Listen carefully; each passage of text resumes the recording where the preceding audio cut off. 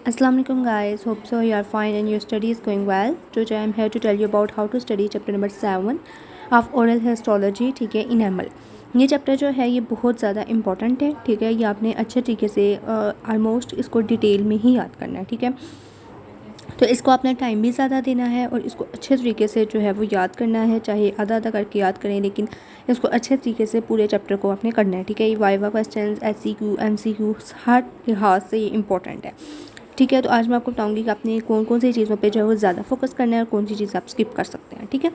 First of all enamel जो है, आपको इनेमल की डेफिनेशन पता होनी चाहिए, उसकी क्लासिफिकेशन, उसकी करेक्टरिस्टिक्स आपको पता होना चाहिए, ठीक है। जैसे कि इनेमल का लिखा हुआ है कि hardest calcified matrix of the body है, उसके जो सेल्स हैं उन्हें हम अमीलोब्लास्ट कहते हैं, इसमें हाई डिग्री ऑफ मिनरलाइजेशन होती है। ये जो 3 पॉइंट्स हैं, ये अगर आपको कोई पूछे इनेमल क्या है या इनेमल से रिलेटेड इसकी क्लासिफिकेशन, तो ये 3 पॉइंट्स भी आपको आने चाहिए, ठीक है।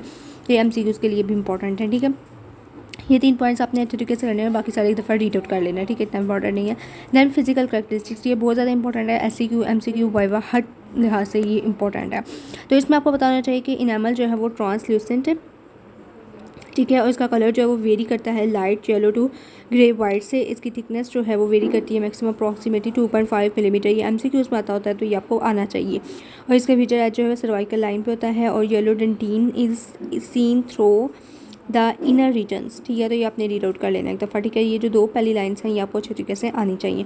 देन इसकी आ जाती है कंपोजिशन। कंपोजिशन इसकी बहुत ज़्यादा इंपॉर्टेंट है, SCQ में डायरेक्टली पूछी जाती है कि कंपोजिशन ऑफ द इनेमल बताएं, ठीक है। तो ये आपको पता होना चाहिए कि 96% मिनरल्स जो हैं इसमें होते हैं और 4% जो है वो ऑर्गेनिक मटेरियल है, वाटर है, ठीक है। 3% organic material and 1% is the water है। इन ऑर्गेनिक कॉन्टेक्स्ट में हाइड्रोक्सी एपिटाइट क्रिस्टल्स जो हैं वो प्रेजेंट होते हैं। हाइड्रोक्सी एपिटाइट क्रिस्टल्स जो है इनकी इसका आपको फार्मूला भी आना चाहिए। ये नेक्स्ट बोन वाले टॉपिक में भी हमने इसका फार्मूला पढ़ लिया हुआ है, ठीक है। तो आप वहाँ से भी याद कर सकते हैं, इसका फार्मूला भी अक्सर पूछा जाता है, आपने अच्छे तरीके से करना है, ठीक है।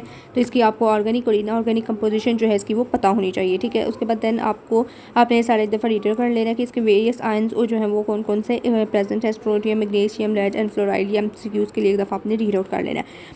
देन आपके पास आ जाता है high mineral content renders enamel extremely hard, this is properties together is complex structural organisation. ये सारा आपने रीड आउट कर लेना है, ठीक है। इसकी स्पेसिफिक ग्रेविटी जो है वो 2.8 होती है। ये MCQs में पूछी जाती है, ये आपको आनी चाहिए, आप नोट डाउन कर लें, ठीक है। बाकी सारा आपने एक दफ़ा रीड आउट कर लेना और ये याद रखना है कि hardness also makes enamel brittle. जो इसकी हार्डनेस है टिश्यू की, ठीक है, वो क्या करती है, इनेमल को ब्रिटलनेस करती है, ठीक है। इनेमल की ब्रिटलनेस में इन्वॉल्व होती है, ठीक है। तो ये जो 3-4 पॉइंट्स मैंने आपको बताए हैं, पहले इसका कलर, इसकी ट्रांसलूसेंट, इसकी जो है थिकनेस के बारे में, ठीक है। उसके बाद इसका जो ऑर्गेनिक इनऑर्गेनिक कंपोजिशन है ये आपको पता होना चाहिए। वेरियस साइंस कौन कौन से इन्वॉल्व हैं वो आपको पता होना चाहिए। और बाकी सारा अपने एक दफ़ा रीड आउट कर लेना और ये पॉइंट याद रखना है कि हार्डनेस की जो वो इनेमल की ब्रिटनेस इन्वॉल्व होती है, ठीक है। ये भी याद रखने कि इनेमल के not form in the absence of the dentin, यानी कि डेंटिन के बगैर जो है इनेमल की फॉर्मेशन जो है वो नहीं होती। ये पॉइंट आपने मेनली याद रखना है, ठीक है। उसके बाद स्ट्रक्चर ऑफ द इनेमल, ये भी बहुत ज़्यादा इंपॉर्टेंट है, ठीक है। इसमें क्या क्या चीज़ें आपने याद रखनी है, इसमें आपको पता होना चाहिए रॉड्स क्या हैं, इंटर रॉड्स क्या हैं, ठीक है। इनेमल रॉड की आपको प्रॉपर डेफिनेशन आनी चाहिए, ठीक है। इन्हें हम इनेमल प्रिज्म भी कहते हैं, ठीक है। रॉड्स जो हैं वो प्रिज्म शेप में होते हैं, इस वजह से हम उन्हें जो है वो इनेमल प्रिज्म की भी कहते हैं, ठीक है। और ये हेक्सागोनल इन शेप होते हैं, ये आपको पता होना चाहिए। उसके बाद ये आपको एपिटाइट क्रिस्टल्स इसमें प्रेजेंट होते हैं, रिबन होते हैं, लॉन्ग होते हैं, क्लोजली पैक्ड जो है ये होता है इनेमल, ठीक है। तो ये आपको चीज़ें इसके बारे में पता होनी चाहिए। देन ये MCQs में ज़्यादातर पूछी जाती हैं, लेकिन जो इनेमल की डेफिनेशन इंटररॉड की रॉड्स की इंटररॉड की डेफिनेशन है ये आपसे ज़रूर पूछी जाती है। प्रिज्म लाइक कौन सा है, इंटर प्रिज्म लाइक कौन सा स्ट्रक्चर है, तो ये आपको पता होना चाहिए कि प्रिज्म लाइक रॉड है, इंटर प्रिज्म लाइक जो है वो इनेमल है, ठीक है। तो ये आपने अच्छे तरीके से इस तरह से इसको याद रखना है। उसके बाद आगे आ जाता है calcium phosphate cells has a hexagonal symmetry, ये वही बात लिखी हुई है, ठीक है। इसको आपने एक दफ़ा रीड आउट कर लेना। बाकी इनके रॉड्स और इंटर रॉड्स में आपको डिफरेंस जो है वो आना चाहिए। और ये जो टेबल बना हुआ है ये आपने एक दफ़ा रीड आउट कर लेना, ठीक है, MCQs के लिए। देन ये वाले पेजेस आप नहीं करने। उसके बाद आगे आ जाता है in ground section. Ground section में अगर इनेमल को देखा जाए तो तब क्या क्या चीज़ें जो हैं हमें नजर आती हैं, क्या चीज़ें जो है वो इंपॉर्टेंट होती हैं, ठीक है। तो ये आपने अच्छे तरीके से एक दफ़ा रीड आउट कर लेना, ठीक है। उसके बाद हमारे पास ये देखिए डिफरेंसेस, ये रॉड की डेफिनेशन है प्रॉपर, पीछे वाली डेफिनेशन भी लिखनी है और यहाँ पे इसके थोड़े से एक्स्ट्रा कैरेक्टरिस्टिक्स लिखे हुए हैं, तो वो आपने याद रख लेने कि सिलेंडर शेप होता है, सिलेंडर की तरह के होते हैं और ये बने होते हैं क्रिस्टल्स विद लॉन्ग एक्सिस, ठीक है। ये आपने याद कर लेना है। इंटर रॉड्स के बारे में आपने चीज़ें जो है ये पढ़ लेनी है एक दफ़ा, ठीक है, इनकी डायरेक्शंस वगैरह, ठीक है। उसके बाद आ जाता है। और इसके बाद इंटररॉड्स और एक होती है रॉड शीथ, ठीक है। इसकी अभी आपको डेफिनेशन आनी चाहिए, यहाँ से लेकर यहाँ तक इसकी डेफिनेशन ये आनी चाहिए और इसके थोड़ी सी करैक्टरिस्टिक्स हैं ये आपने कर लेने हैं, ठीक है। जो पॉइंट्स मैंने अंडरलाइन किए हुए हैं ये आप खुद भी एक दफ़ा रीड जो अपनी बुक पे मार्क कर लें ताकि आपको भी ईजी रहे बाद में, ठीक है।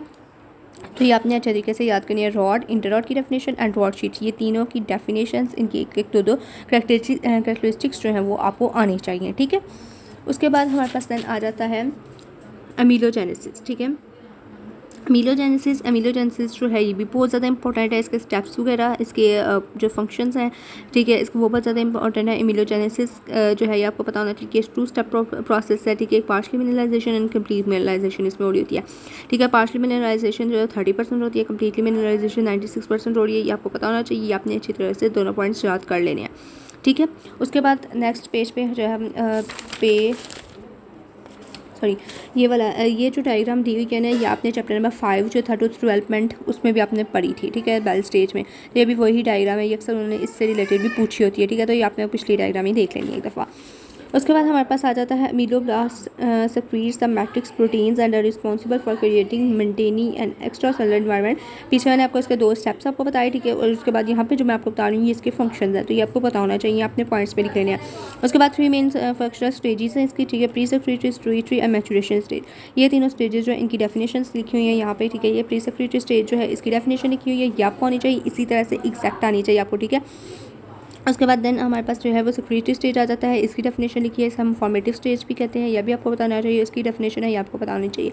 उसके बाद आगे जाती है ड्यूरिंग मैचुरेशन स्टेज क्या हो रहा है, ये भी डेफिनेशन लिखी हुई है, यहाँ तक आपको अच्छे तरीके से आनी चाहिए इसकी डेफिनेशन। तीनों डेफिनेशन आपने अच्छे तरीके से याद करनी है, बहुत ज़्यादा इंपॉर्टेंट है। और ये वाली ये डायग्राम आपको आनी चाहिए, बहुत ज़्यादा इंपॉर्टेंट है, ठीक है। इसको जो है मैम वो मैंने हिस्टो पेंसिल से, मेरे पास इसके नोट्स हैं, ठीक है, हिस्टो पेंसिल से बनी हुई है, वो इन चलता मैं FB पेज पर जो है वो अपलोड कर लूँगी और इंस्टा पेज पर भी, तो आप वहाँ से देख सकते हैं, ठीक है। वहाँ से आपको ईजी हो जाएगी। और इसके ये जो नीचे पॉइंट्स लिखे हुए हैं ये सारे आपने याद करने हैं, ठीक है। ये जो लिखे हुए हैं कि फर्स्ट वाली जो है वो हमारे पास कौन सी है, मॉर्फोजेनिक स्टेज है, दूसरी हिस्टो डिफरेंशिएशन स्टेज है, तीसरी जो है इनिशियल सेक्रेटरी स्टेज है जिसमें टॉम्स प्रोसेस प्रेजेंट नहीं है, सेक्रेटरी स्टेज जिसमें टॉम्स प्रोसेस प्रेजेंट है, उसमें रफल एंडेड अमीलोब्लास्ट है, स्मूथ एंडेड अमीलोब्लास्ट है, और प्रोटेक्टिव स्टेज है। जो रफल एंडेड और स्मूथ एंडेड अमीलोब्लास्ट इन दोनों में डिफरेंस आता होता है, ठीक है। ये फर्दर आगे लिखा हुआ है, उधर मैं आपको बता देती हूँ।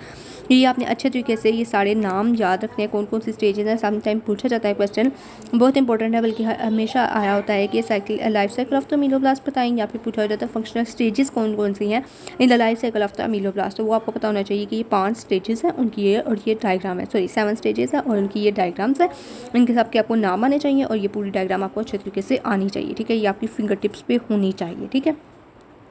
बाकी सारा आपको जो मैंने बताया वो आपने करना है, इन तीनों की अच्छी तरीके से डेफिनेशन करनी है और इस पैराग्राफ को एक दफ़ा रीड आउट कर लेना, ठीक है। इंशाल्लाह नेक्स्ट वीडियो में मैं आपको नेक्स्ट बताऊँगी। वीडियो अच्छी लगी तो लाइक करें, सब्सक्राइब करें एंड शेयर करें, दुआ में याद रखें। थैंक यू सो मच, अल्लाह हाफिज़।